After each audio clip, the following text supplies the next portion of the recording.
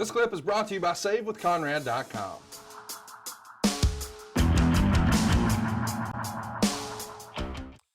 Next up is a four-way match for the tag team titles. At Battleground, the Primetime Players defeated New Day to retain the tag team straps. On the 20th, we would see Los Matadores defeat the Primetime Players after distraction by New Day. On the 27th, the Lucha Dragons would beat Los Matadores. On the 30th, on SmackDown, the Lucha Dragons and Los Matadores would beat New Day and the Ascension. On the August 3rd Raw, New Day and the Ascension would defeat Lucha Dragons and Los Matadores in a rematch. On the August 6th SmackDown, the Primetime Players and Mark Henry would beat New Day.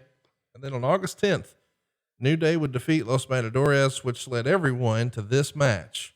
It's New Day, Primetime Players, Los Matadores, and Lucha Dragons. They get 11 minutes and 21 seconds. New Day win here in a four-way, and they are over like Rover with the crowd chanting New Day rocks. Meltzer would say Xavier Woods in particular has a hell of a voice. It was Big E and Kofi Kingston as the team with Woods as their manager. Meltzer called it sloppy early, but says it turned into a good match. Eventually we would see Darren Young bleeding from the mouth.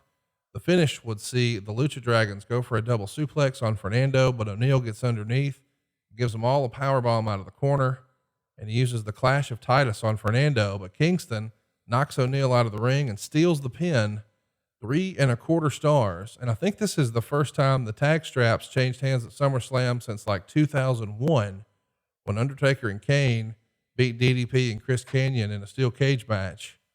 So it's a big deal to see a title switch like this at SummerSlam, but it's a four-way. A lot of guys working hard. What do you think of this one? I think the right guys won. I think it's always good to have a title switch on a big show. And I think the New Day were just coming into their own to where the audience had decided how they felt about them. And they were getting ready to really, really explode onto the scene. So all the right things were done during this match, I think. And glad to see New Day have a launching pad and, look where they are today. And they have really did a good job of getting over and staying over.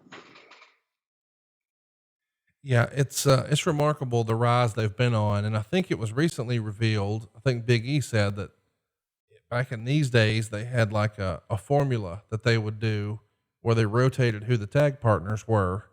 And then Kofi, being the elder statesman who had a singles run before these guys really got on the rise together, sort of changed that momentum a little bit to allow, Xavier Woods to have one of his big moments.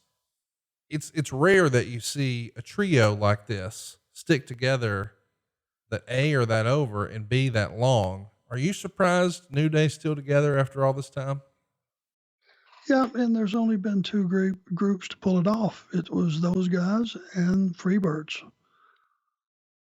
If you think about it, there was no trio that you could face any two of the three other in these two situations.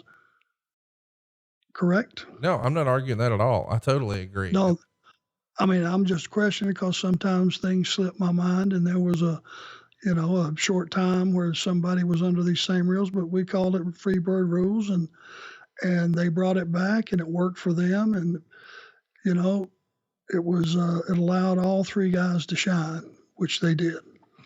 Hey, it's Conrad Thompson. Thanks for checking out the podcast here on YouTube. Be sure to hit the subscribe button and the notifications bell so you get a notice anytime we upload some new content. And go save yourself some money right now. If you're in a 30-year loan or you have credit card debt, it's not a matter of if I can save you money. It's a matter of how much. Find out right now for free at SaveWithConrad.com.